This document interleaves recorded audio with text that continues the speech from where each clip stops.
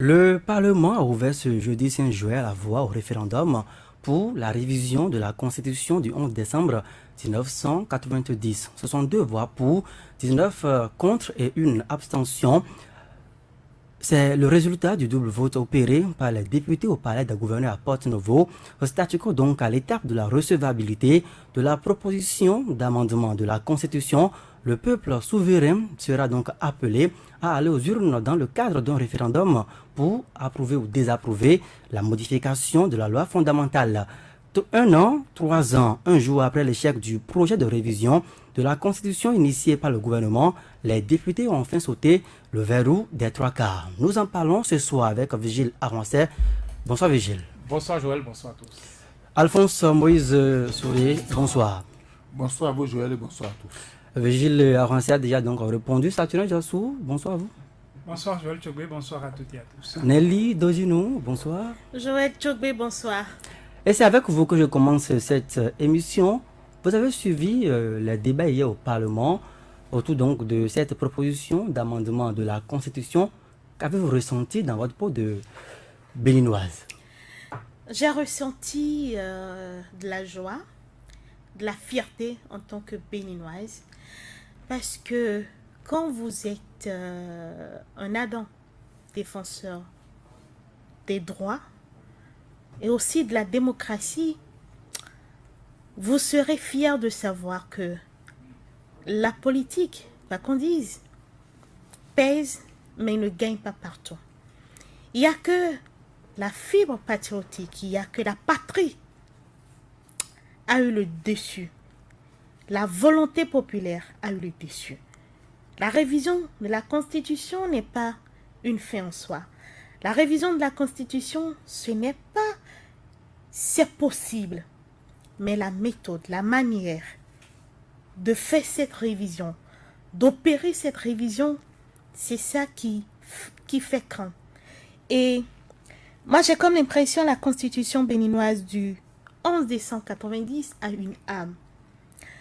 Elle a une âme et quand vous avez envie de toucher d'une façon qui n'arrange pas l'intérêt général, ça ne marche pas.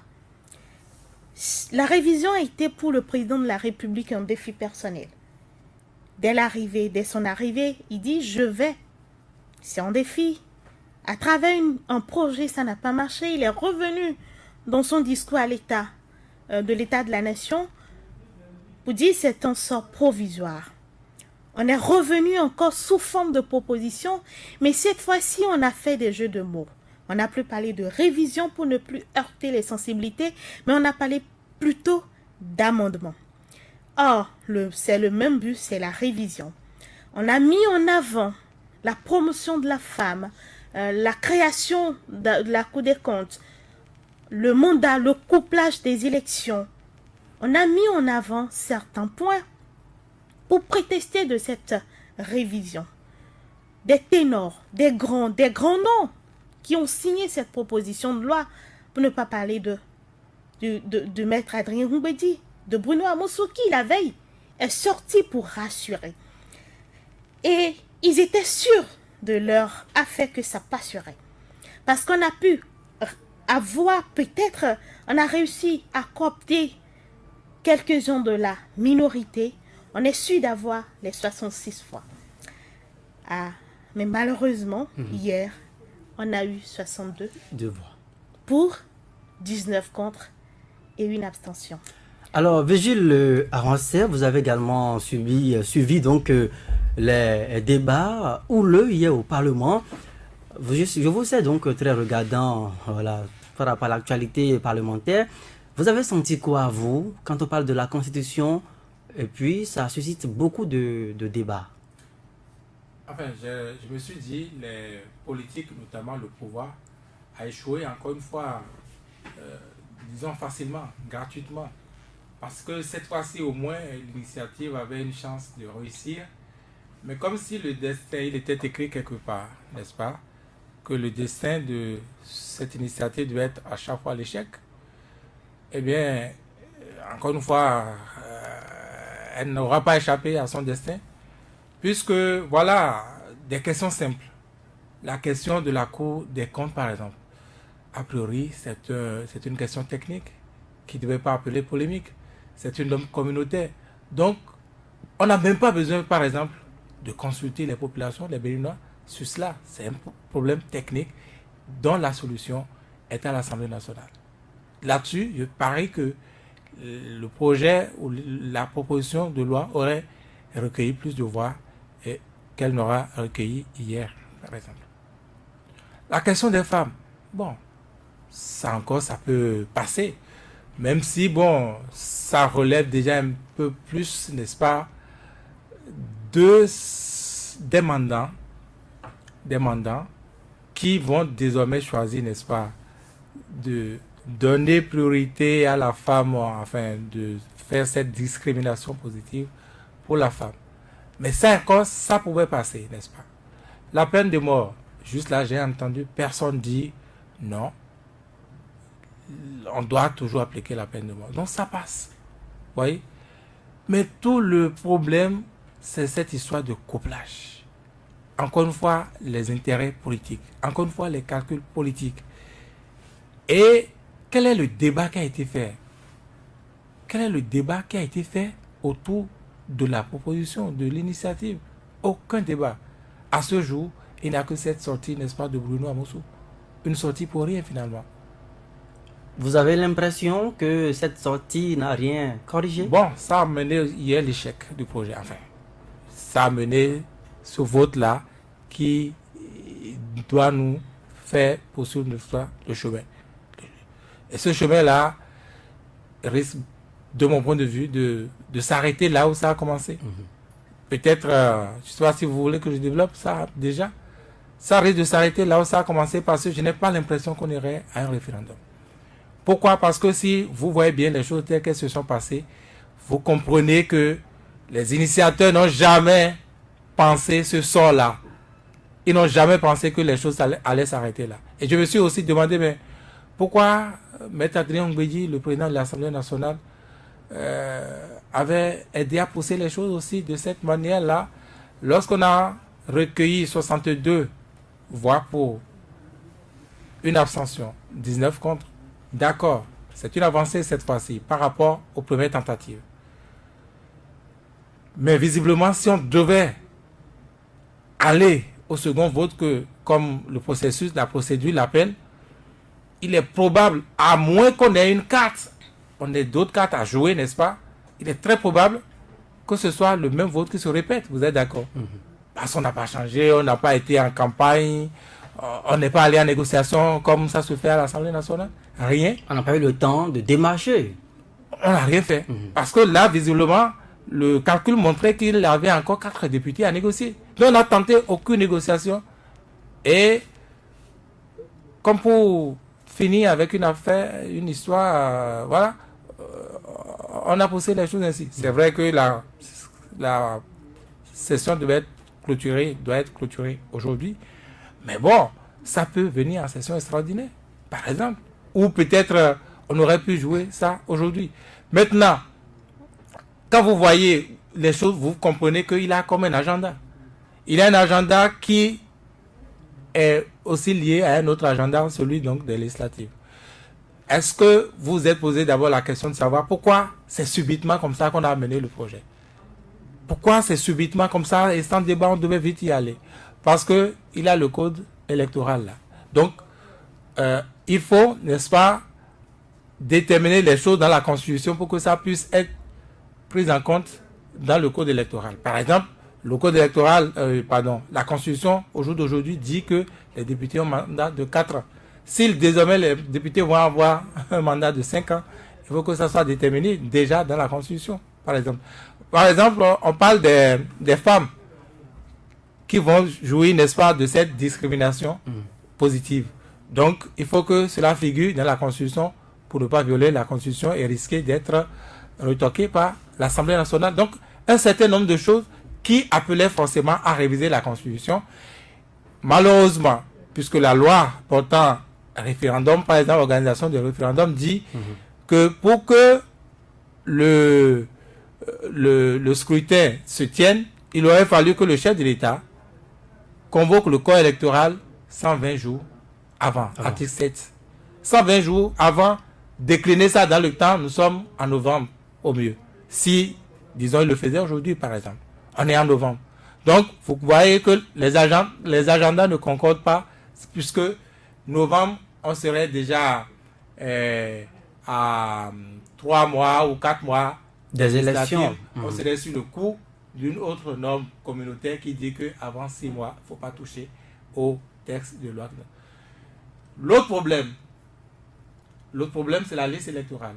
Aujourd'hui, on va aux élections avec, si on devait aller du moins au référendum, on irait avec. Nous allons donc tout à l'heure parler, de l'issue de l'argent, par exemple. Voilà, de l'éventualité même de ce référendum. Sans parler de ce que les Béninois, quand vous allez mettre un tel texte, n'est-ce pas, en débat, quand les gens iront au scrutin, ceux qui ont été cassés, ceux qui ont été renvoyés ceci, ceux qui ont été interdits de ceci, ceux qui n'ont plus leur bourse, au lieu que ce soit les 4 questions du référendum, par exemple, ben ce serait l'occasion de juger le gouvernement ou la gouvernance. Patrice Talon. Saturnin Djassou, vous avez suivi donc hier les débats au Parlement. On a quand même suivi des députés qui portaient ce projet de proposition, pour ne pas dire la proposition d'amendement de la Constitution. Est-ce que vous avez l'impression que c'est parce qu'ils n'ont pas réussi à convaincre leur père que l'amendement s'est heurté à une muraille d'échecs au Parlement? Ils n'ont pas réussi plutôt à mettre en confiance leurs collègues de la minorité parlementaire. Et je trouve que c'est dommage, peut-être pour eux, parce que moi je n'ai pas à me réjouir particulièrement de l'échec de ces députés porteurs de la proposition de loi, a fait passer cette proposition donc, par voie parlementaire sans aller au référendum. Ils n'ont pas réussi à mettre en confiance. Pourquoi?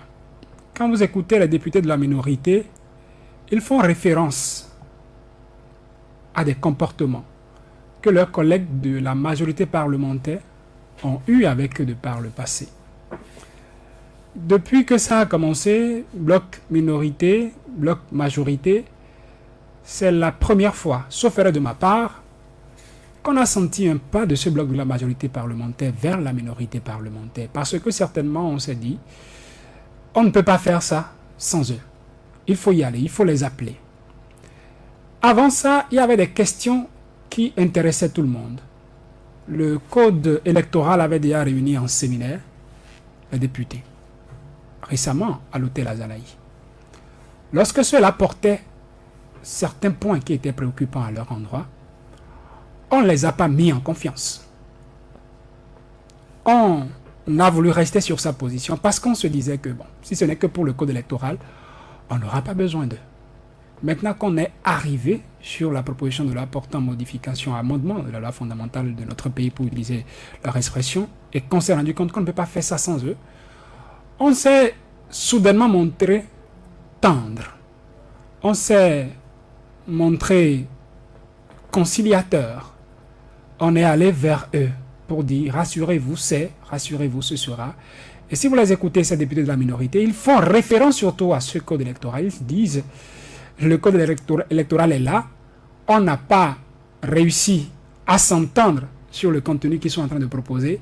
Et aujourd'hui, on nous appelle pour donner notre quitus, pour voter une constitution qui balise déjà le terrain au vote de ce code électoral. Et puisqu'on ne s'est pas entendu la veille, si aujourd'hui on leur donne le quitus, rien ne nous prouve que demain, quand ils voudront étudier le code électoral, ils vont tenir compte de nos appréhensions. Donc vous pensez que les députés donc, du bloc de la majorité parlementaire auraient donc péché par stratégie politique? Oui, je le dis, je continue d'ailleurs de développer ce que je dis dans ce sens, je disais dans ce sens. Quand la plénière s'est ouverte hier, écoutez les propos tenus par les uns et les autres.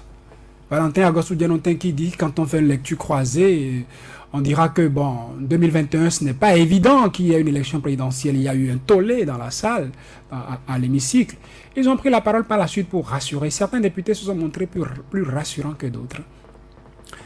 À leur place, comme Virgile Ayual dit, comme pour leur dire que nous voulons qu'il y ait ce rapprochement qu'il y a déjà eu entre nous désormais, lorsque le projet a passé l'étape de la recevabilité, nous n'allons pas demander qu'on y aille désormais en procédure d'urgence.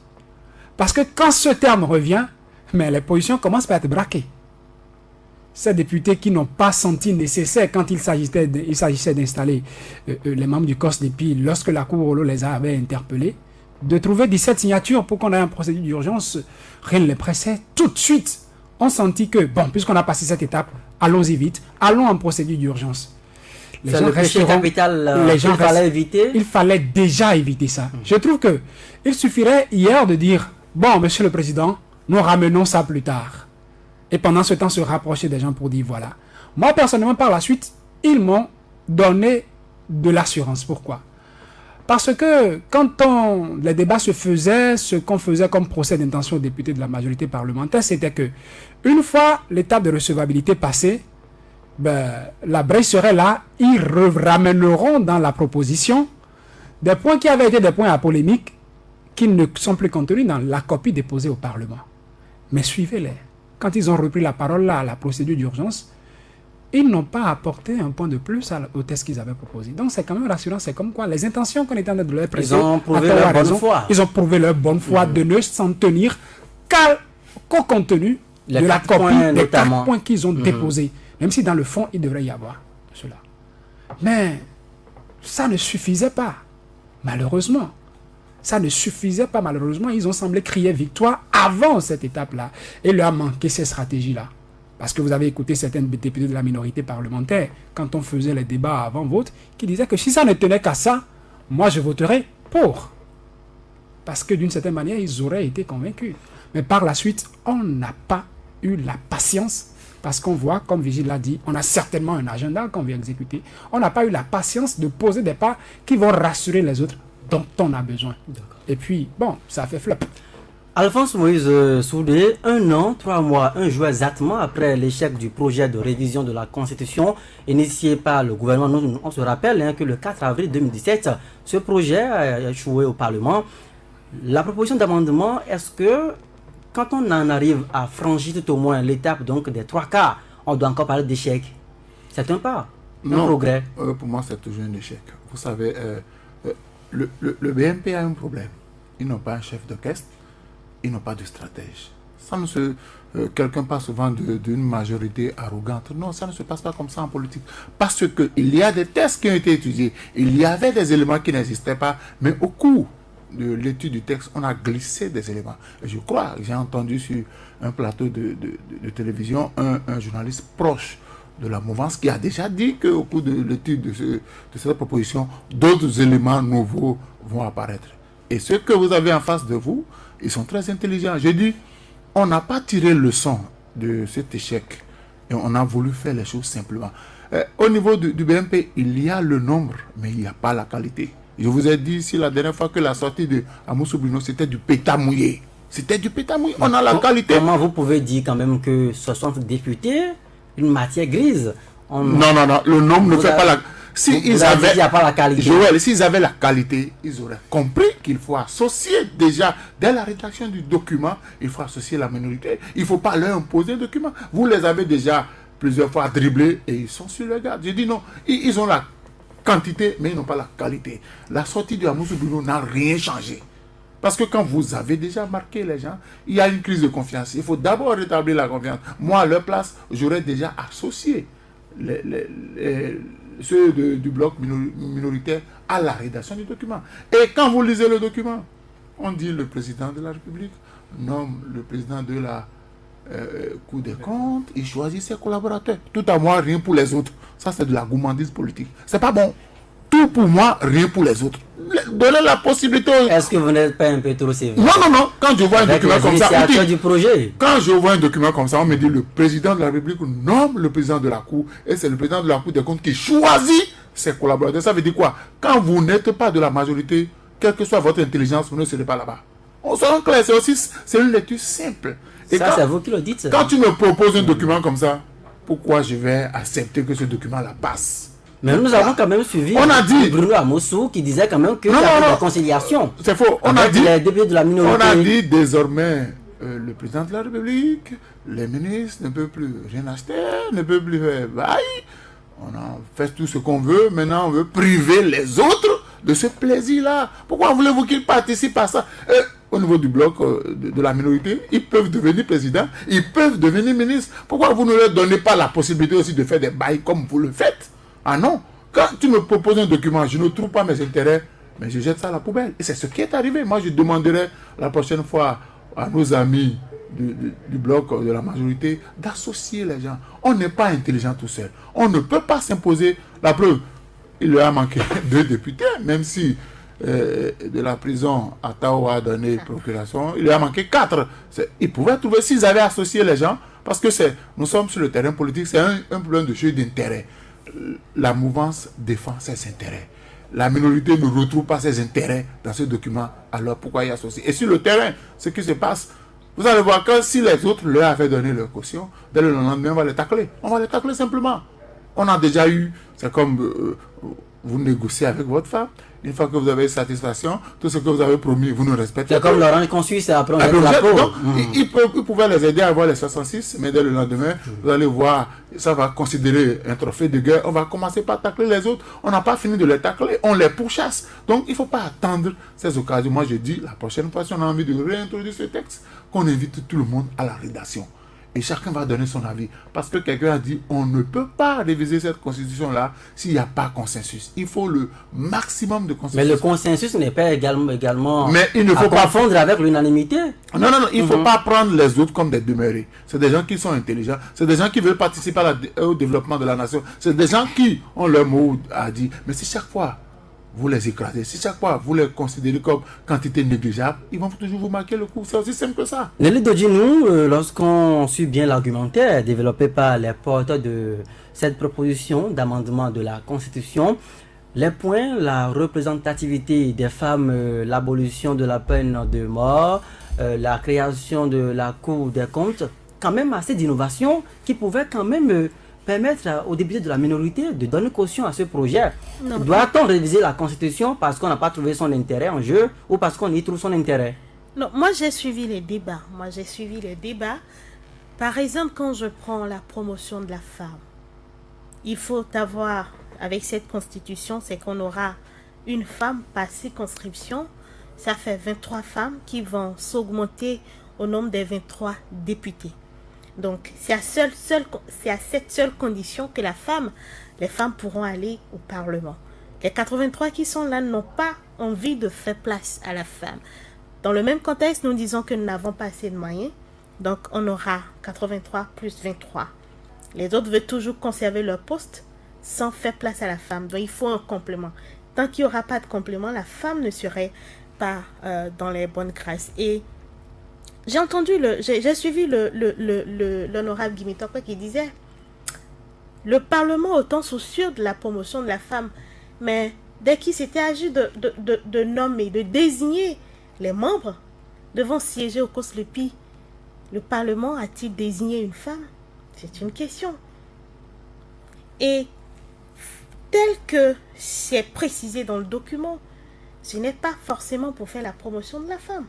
Ce ne seraient pas les méritants qui vont se retrouver à ces postes-là. Peut-être on aurait trouvé combien de partis politiques positionnent les femmes sur les listes électorales.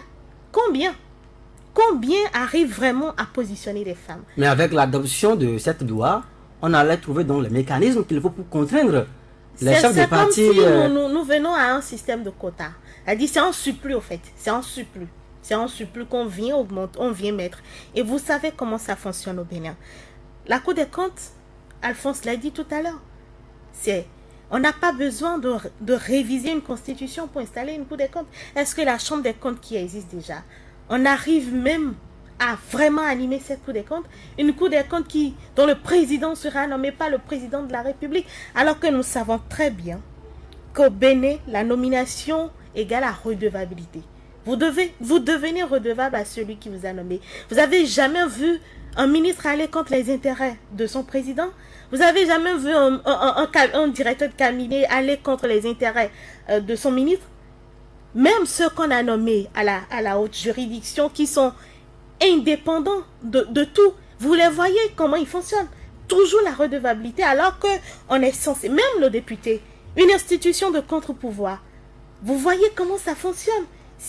Vous craignez le même schéma avec la création de la Cour des comptes. On peut s'aligner à la norme de la sous-région sans forcément aller à la révision de la Constitution. C'est vrai, on a eu une société civile, une partie de cette société civile qui est montée au créneau pour dire oui, la Cour des comptes maintenant, on n'avait pas besoin de réviser la Constitution. Et parce que cette société civile elle-même n'a pas confiance en l'exécutif, la veille elle est sortie pour dire oui, nous sommes d'accord pour la révision parce que vous allez créer la Cour des comptes, mais faites attention, n'allez pas au-delà. Donc la minorité avait des raisons suffisantes pour si la société poser son civile veto elle-même qui a, pour ne pas dire, a participé à ce que cette proposition vienne, la veille se dit attention, n'allez pas au-delà parce qu'elle n'a pas confiance, elle aussi, elle n'est pas rassurée. Et quand vous venez au niveau de la minorité, c'est vrai, on a réussi à avoir la procuration de Attao Mohamed Renouho qui est en prison. Sophia Chanou, elle avait rejoint le bloc de la majorité jusqu'au lendemain du premier chèque. On a eu Saleh qui a rejoint, qui a donné aussi sa procuration, ça fait 3. Mais on n'a pas réussi à avoir 4 autres pour avoir le vote nécessaire pour pouvoir réviser. Quand vous suivez les débats, le temps qui presse, même moi j'ai suivi Valentin Dianotin, l'honorable, qui disait, mais vous nous avez appelé. La proposition là a été déposée le 28 juin. La commission des lois, déjà le lundi, a déposé un rapport. Et vous nous avez appelé pour nous parler de ça. Nous vous avons dit, nous pouvons attendre jusqu'au vendredi le temps d'aller vers ne serait-ce que le bureau politique, nos bureaux politiques, pour en discuter et savoir quelles sont les orientations, l'orientation que nous aurons de la part du ne serait-ce que du bureau politique. Et descendre donc le débat dans les masses populaires. Voilà. Et il se dit, qu'est-ce qui nous presse autant? Si pour une loi des finances qui a une durée de vie de 12 mois, on met 3 mois à préparer cela, à permettre au ministre de venir faire la communication, comment on peut s'imaginer qu'une constitution qui engage la vie d'une nation, une loi fondamentale qui engage toutes les institutions de l'État, du premier jusqu'au dernier des Béninois, qu'on puisse le faire en moins de 4 jours? Qu'est-ce qui urge? Il a posé cette question. Mais la réplique, oui, nous voulons les élections couplées, on veut... Mais quand vous voulez les élections couplées, c'est toujours les mêmes unes, c'est les mêmes dépenses. C'est les mêmes dépenses parce que moi, je ne vois pas un système démocratique, un régime présidentiel basé sur la séparation des pouvoirs, se voit un président de la République être élu pour 5 ans. Juste 3 mois après, les députés élus pour 5 ans, on a juste 3 mois. Mathématiquement, comment ça fonctionne au Bénin? C'est la même liste du président qui aura la majorité. Et cette majorité pour 5 ans. Comment vous voulez une institution de contre-pouvoir est cette majorité confortable avec le président de la République? Comment elle pourra faire le contrôle de l'action gouvernementale? Justement, nous allons donc prendre, disons, on va établir la liaison avec la régie pour suivre Jean-Michel Labimbola, Oden Aladati et puis Rachid Guadamassi, 3 députés qui parlaient donc juste quelques minutes après le vote émis hier au Parlement. On les va donc les écouter. Nous représentons le peuple et nous estimons que c'est le peuple qui peut donner le quitus. Il y a la loi électorale qui doit être basée sur ça. On ne s'est pas entendu sur la loi électorale, mais si on leur donne le quitus par rapport à la révision, ils auront bien entendu à faire tout seuls la loi électorale qui ne demande pas une majorité qualifiée. Par rapport à ce que nous voulons, l'objectif est atteint. Ce ne sont pas des raisons suffisantes pour qu'on puisse toucher la plus vieille constitution d'Afrique. Donc pour moi, ce qui s'est passé aujourd'hui, ce n'est pas une question de victoire ou d'échec, mais c'est rester en phase avec ce que demandent nos populations. Les députés de la minorité qui sont restés dans une certaine posture. Néanmoins, le peuple souverain devrait maintenant arbitrer, prendre ses responsabilités de façon souveraine, probablement, si le processus est poursuivi. Vous allez constater notre déception. Nous allons continuer le plaidoyer en direction du président de la République. On est obligé de le faire en lien avec le gouvernement. Pour avoir capitalisé quand même certaines assurances, je savais que ça ne marchera pas. Affirmer sa conviction politique, c'est d'aller dans le sens du peuple. Et non servir un individu qui n'a plus d'avenir politique.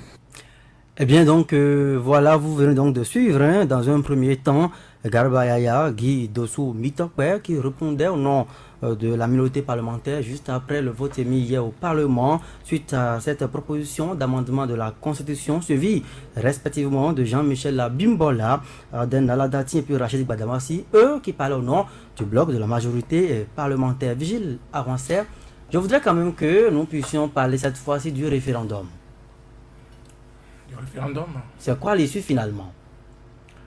Ah, si vous me posez la question, je vous embarrasserai par, disons, cette lecture, n'est-ce pas, de ce professeur de droit public qui m'a dit qu'en l'État, en principe, il n'y a même pas de référendum à faire. Le professeur Moïse Laleye dit que c'est son opinion, hein, c'est sa lecture des textes, notamment de l'article 154 et 155 de la Constitution.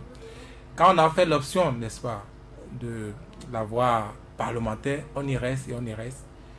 Puisque, bon, je n'ai pas en mémoire donc ce texte, notamment l'article 155 de la Constitution, mais la voie principale de la révision de la Constitution reste la voie référendaire. Et c'est quand le texte n'a pas pu réunir, n'est-ce pas, les 4/5e. On fait en fait l'option de la voie référendaire et on y reste, ou on fait l'option de la voie parlementaire et on y reste. Et ça, c'est un autre débat, un débat qui va être un débat de techniciens, n'est-ce pas? Dans l'opinion, c'est vrai pour la plupart, c'est que ça a échoué, ça n'a pas pu réunir les 4/5e, et donc le texte va aller maintenant devant les populations qui vont arbitrer. Vous m'avez demandé mon opinion par rapport au référendum, je le disais déjà, pour moi, il a très peu de chances qu'on aille à un référendum. Pourquoi? Il a très peu de chances parce que je vous parlais tantôt d'un agenda. Et c'est réel, j'ai démontré tantôt comment les deux agendas sont liés. L'agenda donc des législatives et l'agenda de la révision de la Constitution. Les deux sont intrinsèquement liés. Et donc, ayant échoué alors que les initiateurs n'avaient pas du tout fait le programme, n'est-ce pas, de l'échec, enfin de l'issue, cette issue-là de la proposition de loi, eh bien, il va falloir alors démarcher, le député Arden Aladati a bien fait de le dire, démarcher le chef de l'État qui est resté, si vous avez bien suivi, si loin, mais si proche, n'est-ce pas, de l'initiative, parce que le chef de l'État, sans doute, ne s'étant pas encore guéri de l'échec de son projet, le 4 avril 2017, sans doute ne voulant pas compter pour lui un second échec, est resté à une distance raisonnable de l'initiative des députés. Donc cette fois-ci, il va falloir le convaincre d'accepter, n'est-ce pas, l'aventure du référendum avec tout ce que ça comporte. Et ça, c'est dans le meilleur des cas. C'est quand on a fini de régler, n'est-ce pas, l'aspect liste électorale. J'ai dit au jour d'aujourd'hui, on me dira que là, la liste du COS depuis 2017, du COS du député Badir Ouaguemo. Mais ça poserait un problème si vous utilisez cette liste-là. Il faut une actualisation. Il faut forcément une actualisation. Ceux qui ne sont pas enregistrés, ils n'ont pas demandé, n'est-ce pas, à ne pas aller aux élections. Ceux qui, après cette liste-là, ont eu 18 ans. Si on utilise cette liste-là, ça les exclut. Ceux qui sont morts, on ira avec. Non, c'est une liste inopérationnelle. On ne peut pas aller aux élections avec. Il reste la liste de COS Lépi, donc non, je ne vais pas dire ravi, mettons encore le COS Lépi 2, il y avait des où. Vous voyez? Et ça, c'est pour quand? Qui justement, juste après le vote hier, a appelé le président de l'Assemblée à ce qu'on puisse rapidement déclencher le mécanisme pour installer les comités, les cellules de base, pour actualiser la liste. Est-ce que c'est en liaison avec l'échec donc du projet ou l'issue du projet? Je préfère le dire ainsi. Je dis, même si c'est ça, il faut déjà qu'il règle le problème de ressources financières. Je ne sais même pas si, puisque l'actualité donc de ce référendum, ou du moins de cette révision de la Constitution, nous a fait oublier tout ce qui avait cours. Est-ce que le COS, il y avait des où réinstallé, n'est-ce pas? Est-ce qu'ils ont fini par élire leur bureau? Au jour d'aujourd'hui, moi, je n'en sais rien. Il a eu tellement de précipitations que même les députés, vous avez dit tantôt, le député Valentin Dierontin, qui ne savait pas si la présidentielle allait tenir en 2020. Parce que, vous voyez, ça c'est le milieu des députés qui ne comprenaient même pas le projet. Pourquoi? Parce qu'il y a eu tellement de précipitations. Pareil dans le milieu des journalistes. C'est avec ça qu'on a dû faire une communication pour dire non, que ça comptera à partir de 2026, etc. etc. Oui. Donc, l'ici du référendum, il faut d'abord que le référendum ait lieu. Je n'ai pas l'impression aujourd'hui... Vous trouvez assez d'épines sur cette voie-là? Oui. Ce n'est pas évident qu'on aille vers le référendum même. En tout cas, pas de sitôt. Ça ne collerait plus à l'agenda des législatives.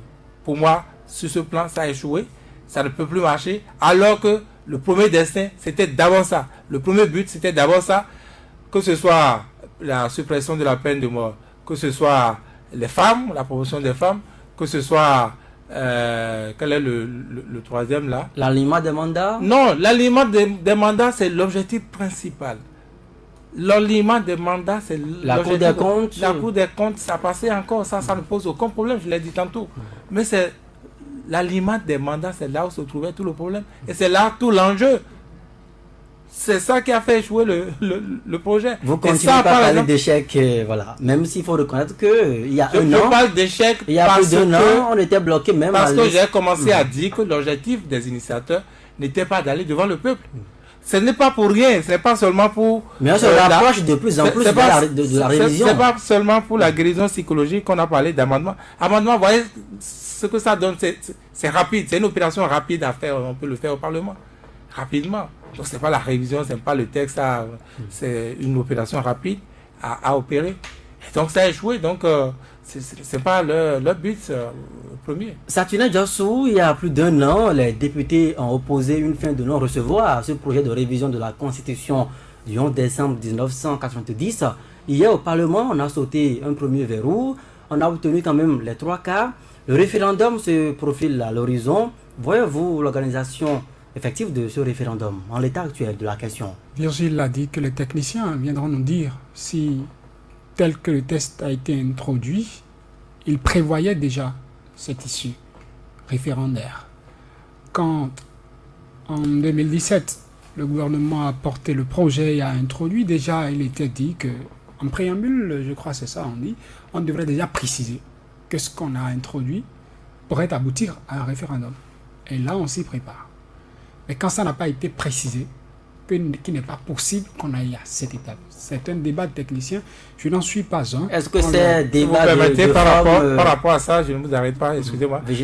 Saturnin Djossou, par rapport à ça, le professeur Moïse Laleye sera encore une fois l'invité du jour, du lundi, et sans doute il va laisser... Il faudra donc éclairer encore davantage les autres techniciens, le débat sera lancé. Et quand je me rappelle ces propos d'Abraham Zinouri sur le RTB qui dit que le droit est une science d'interprétation, c'est sûr que ce que le professeur Laleye dira, d'autres personnes penseront que non, c'est discutable que ce ne sera pas ça. On peut. Chacun apporte son interprétation des textes en la matière. La prochaine étape... si on doit suivre la logique, ça a échoué à l'étape des 4/5e, c'est que l'étape suivante, c'est le référendum. Mais aussi, il a fait tout à l'heure l'état des lieux, qui rend difficile cette option, le recours à cette option de sitôt, en tout cas, dans le délai que les députés porteurs de cette proposition auraient souhaité, le délai dans lequel ils auraient souhaité qu'on reste, parce qu'il y a le problème des listes qu'il faudra régler. Il a dit que les élections en République du Bénin jusqu'en 2021 doivent se tenir sur la base de la liste électorale permanente informatisée. Y compris le référendum. Y compris le référendum. Si y compris le référendum, donc on reste à la LEPI. Mais si on n'a pas élargi le champ au référendum, on peut pourquoi pas dire on fait recours à une liste manuelle, on ouvre des centres pour enregistrement, pour avoir des cartes, pour aller à ce référendum. Encore que cette option poserait un autre problème. Arrêtez-moi, pardonnez-moi. Ça poserait un autre problème. On a dit qu'on veut coupler les élections parce que ça nous fait trop dépenser. Mais si ça nous fait trop dépenser, c'est déjà fait le choix donc, de trop dépenser que de dire... L'organisation d'un référendum avant les législatives de 2019, ça amène encore des dépenses. Oui, alors qu'on n'est même pas sûr qu'on ait réuni déjà l'argent pour les puisque la situation l'exige. Et c'est là que les hommes politiques doivent comprendre que ils n'avaient pas déjà tout prévu. Ils n'avaient pas encore cette certitude du lendemain quand ils ne prenaient pas certaines précautions. Quand on dit oui, le COS d'EPI, on n'a pas besoin de l'installer parce que quand on va l'installer, ça va être des dépenses inutiles qu'on ferait. Il y aurait pas, nous ne sommes pas en année électorale. Voilà des cas du genre qui peuvent survenir. Donc ils sont tombés dans leur propre piège. C'est une vacance qui était là, c'est un vide qui était là. Et un imprévu est arrivé. Vigile l'a dit, ça se sent même quand il parle, quand vous écoutez les porteurs de cette proposition, qu'ils sont déçus de l'échec de cette proposition qu'ils voulaient faire passer par voie parlementaire. Ils ne s'attendaient pas à échouer là. Ils savaient, ils s'étaient dit que nous n'irons pas au référendum. Leur objectif, c'était ça. Maintenant, ils se retrouvent devant le fait accompli. Qu'est-ce qu'il faut faire? Faut-il pleurer sur le lait renversé? Ils sont interpellés. Désormais, ils apprendront à faire les choses quand il faut et comme il faut. Pour en venir, donc, vous avez parlé de référendum avec tout ce qui a été balisé sur le terrain et comme on aurait dû éviter si les choses ont été faites dans les règles du là et pour appeler ces choses qui ont été faites dans les règles du là. Mettez côte à côte les deux situations. En 2017, le projet a été introduit au Parlement sans qu'il y ait un débat. Et c'est au Parlement qu'on a dû récupérer le projet introduit par le gouvernement. Ici aussi, ça a été la même chose. On a introduit la proposition sans que, moi j'ai écouté un acteur de la société civile avant-hier encore, ou hier, qui disait qu'il n'y a pas de débat. Nous aurions souhaité qu'on ait de débat, que ce ne soit pas exclusivement parlementaire la démarche qu'on aurait suivie. Ça a été encore le cas. Procédure d'urgence, la dernière fois demandée par le président de la République, les députés ont rejeté. Cette fois-ci, il n'y a pas eu de procédure d'urgence, en tout cas d'emblée à l'entrée a priori. Mais quand on a passé l'étape de la recevabilité, on a dit cette fois-ci procédure d'urgence. Donc, les mêmes causes ont eu à produire les mêmes effets. Si demain, par exemple, on n'arrivait pas au référendum, mais que quelque part on trouvait la manière de ramener une proposition ou un autre projet de révision de la Constitution, interrogez un peu le subconscient des Béninois qui, en 5 ans, devront gérer 3 actualités ou 3 tentatives de révision de la Constitution. En pays fort, on dira COI. Mais c'est quoi? C'est une obstination. On pourra dire qu'il y a un intérêt particulier à voir la Constitution être révisée. Une première fois, ça a échoué. Une deuxième fois, ça a échoué. Je dis ça ainsi parce qu'il y a l'option référendaire qui est là. Ça n'est pas passé par voie parlementaire. On ne peut pas dire échec pour échec totalement. Si on allait au référendum, ça passait, c'est que ça passe. Mais si on ne va pas là, et qu'une troisième fois, on ramène pour dire, bon, le gouvernement a introduit un projet de révision de la Constitution, le Parlement, des députés ont fait une proposition d'amendement, ben on dirait, mais on est fatigué, on n'est pas ça. Beaucoup diront ça. Ça pourrait exacerber. Donc, c'est comme si cette fois-ci, soit ça passe et puis on s'en va, on continue, soit ça casse et puis on range ça calmement et puis chacun poursuit son chemin. Alphonse Moïse Soudé, lorsqu'on brandit comme argument le coût trop élevé de l'organisation des élections et qu'un référendum se profile à l'horizon, entre le choix de dépenser de l'argent pour un référendum et de s'abstenir, vous alliez conseiller quoi? Non, aux initiateurs? Ils ne feront pas le référendum, ils n'iront pas jusque-là. Vous êtes aussi sûr? Vous savez, tout à l'heure, j'ai souri quand... Ne jurez de rien, Alphonse. Non, quand j'ai souri quand l'honorable Badamassi a parlé d'expérience capitalisée, qu'il savait qu'il allait jouer. Si j'étais chef de l'État, il avait dit celui-là sortir de la majorité. Parce que s'il savait que ça allait jouer, pourquoi lors des concertations, il n'a pas dit ça? Pour dire, ah, attention, n'allons pas là-bas. Pour que les gens arrêtent. Le problème, c'est quoi? Nous n'avons pas de liste. Il faut qu'on ait d'abord une liste. Il nous faut 120 jours pour convoquer. Actons. Parce qu'on dit qu'il n'y en a pas les moyens pour chaque fois organiser les élections. Actons aujourd'hui les moyens. Et vous savez ce qui va se passer si on fait le référendum. Ils savent eux-mêmes qu'ils ne peuvent pas faire le référendum. Parce que ces députés-là, Qu'est-ce qui les empêche de ces députés-là qui ont dit à leurs parents des villages que, Payola, il ne faut plus faire ça. C'est avec ça. Vous savez, dans certaines parties du pays, les gens vivent... Et ce ne serait pas honnête que d'utiliser ça comme thème, comme sujet de contre-campagne. Écoutez, ça tenait dessous. Ce que vous êtes en train de dire, moi je connais des familles où monsieur, madame, à la maison. Parce qu'ils travaillent dans des structures d'État qu'on a fermées à la maison. Et ils ne vivent pas. Vous allez dire à cela de donner leur accord favorable. Nous sommes en politique. Le contexte social n'est pas favorable à un référendum. Deuxième chose, le contexte social n'est pas favorable. Vous avez cassé des gens à Cotonou qui avaient fait des prêts, qui courent de commissariat en commissariat, qui cherchent l'argent pour rembourser ce qu'ils avaient emprunté parce que les structures de microfinance n'ont pas pardonné ça. Moi, je veux mon argent. Compte est cassé, compte n'est pas cassé, je veux mon argent. Vous allez dire à cela de donner leur accord favorable? C'est pas possible. Et le contexte social ne favorise pas l'organisation de référendum. Et ils savaient très bien qu'il ne faut pas aller sur ce terrain-là. La preuve, ils n'ont pas prévu si c'est ça. le cas, ce n'est pas le contexte social qui ne favorise pas. Le contexte social ne favorise plutôt pas le oui. Non, que le oui l'emporte au référendum. C'est ça, ils savent que sur le Mais terrain... le pouvoir prendrait quand même le risque d'organiser un référendum. Joël, s'ils savaient que ça allait marcher sur le terrain, ils allaient directement aller sur ce terrain-là. Aujourd'hui, que ça a échoué, ouais, ils ont dit qu'ils vont revoir le président de la République pour que cette option-là, si tant est que le gouvernement tient coûte que coûte à modifier la Constitution sous prétexte qu'on veut coupler les élections, ça, ce n'est pas la vraie intention. Mais il y a autre chose. Donc, aujourd'hui, si nous avons les moyens, on n'a pas de liste, moi je ne sais pas avec quelle liste, on doit forcément toiletter la liste. Parce que de la dernière élection à ce jour, il y a eu des décès, il y a des gens qui ont eu 18 ans, il faut les réintégrer. Est-ce qu'on a suffisamment de l'argent? Parce que on ne peut plus faire ça. C'est pas aujourd'hui qu'on va lancer. Même si le COS, les prix travail, il faut attendre octobre pour lancer. On va rentrer dans 2019. C'est-à-dire qu'on est en train de voir le nez des élections législatives. Donc, matériellement, c'est impossible. L'organisation. On rend ce dossier-là au tiroir et qu'on passe à autre chose. Mais dis-nous, quels sont les enjeux de l'organisation de ce référendum actuellement?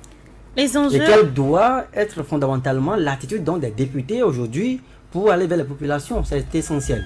D'abord, je voudrais souligner que la peine de mort, elle était désuète, même si elle était en vigueur, elle était désuète. Elle n'est pas appliquée au Bénin. Donc du coup, on n'avait pas forcément besoin. Il y a même une convention. Il y a une convention. Non, le Bénin est parti. Donc c'est largement suffisant. C'est-à-dire, on aurait pu aller avec des arguments vraiment nécessaires. Les enjeux, aller au référendum, ce serait comme une élection à mi-parcours, à mi-mandat. Ce serait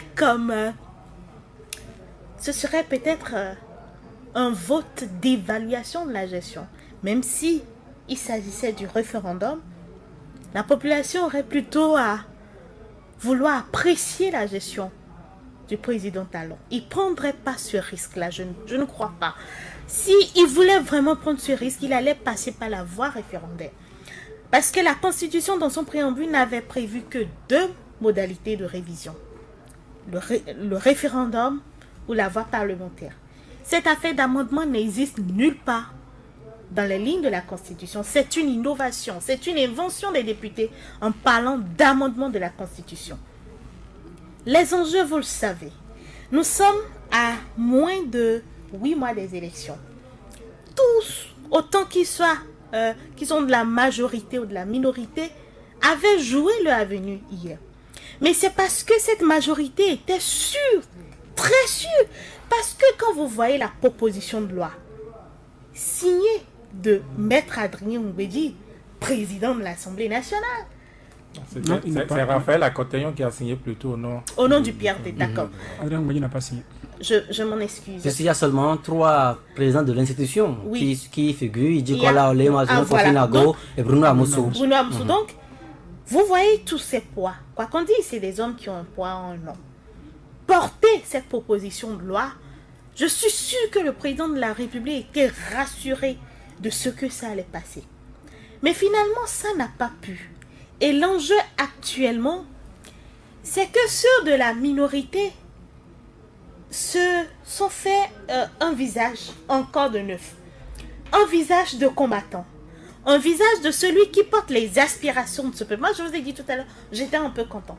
Parce que moi, je ne comprenais pas comment on peut introduire une révision de la Constitution, même s'ils appellent amendement, sans un débat autour. Avec une telle procédure, même si ce n'est pas écrit procédure d'urgence, mais quand même, c'est allé très vite. Il y avait une célérité. C'est vrai, ces aspects-là sont déjà derrière nous maintenant. Le référendum est en vue, probablement. Les 19 députés qui ont bloqué ce projet, cette proposition d'amendement de la Constitution, doivent-ils se comporter en de simples héros d'une nation et aller dormir aujourd'hui? Non. Personne ne dormira pas. Personne ne dormira. Ni la population, ni la minorité, ni la majorité. Si le président, parce que quand vous écoutez Oden Alatati, l'honorable Oden Alatati, il va continuer le plaidoyer. Donc désormais, l'initiative viendrait peut-être du président de la République. Pas peut-être, c'est seul le chef de l'État qui peut nous dire si on ira au référendum ou pas. Donc, ils ont joué leur carte, ça n'a pas marché. Donc, ce serait le président de la République qui va. Est-ce qu'il pourra prendre ce risque parce que là, ce serait une élection à mi-mandat? Ce serait un échec personnel et aller demander son état d'âme d'hier à aujourd'hui s'il est content de ces députés BMPA. Mais ça, c'est là tout le problème aujourd'hui. Et la population, dans cette situation où on n'a que le volet, le social, le climat social ne s'y prête pas. Vous pouvez avoir toutes les possibilités, toutes les garanties possibles, mais le climat ne s'y prête pas du tout. Saturnin Djassou, en 30 secondes, les populations, un appel à leur endroit, parce que depuis hier nuit, ça jubile, et puis également l'expression de mécontentement. C'est dommage qu'on en soit arrivé là, qu'il y ait des gens qui se réjouissent parce que des gens ont échoué. C'est parce que, oui, également, on n'écoutait pas leur misère, on n'écoute pas leur misère, on n'écoute pas leurs cris. Et vous avez été au kiosque aujourd'hui, vous nous avez réalisé un micro-trottoir. Peut-être, je ne sais pas, les difficultés qui ont été vôtres. En écoutant les éléments, moi, je m'attendais à entendre d'autres personnes qui diraient oui, c'est pas bien le fait d'avoir fait échec à cela. On a écouté que sur 5 ou 6 personnes, une seule personne qui a déploré ça. Cela veut dire que d'une certaine manière, la population se retrouve dans ce qui a été fait au Parlement. Vigilance, Alphonse Moïse Soudé, Nelly Dodino, Saturnin Djassou, merci donc pour vos différentes contributions tout au long de cette émission devant donc au petit écran. Joël Tchobé, merci donc de nous avoir suivis. On se retrouve la semaine prochaine, c'est sur Intégral.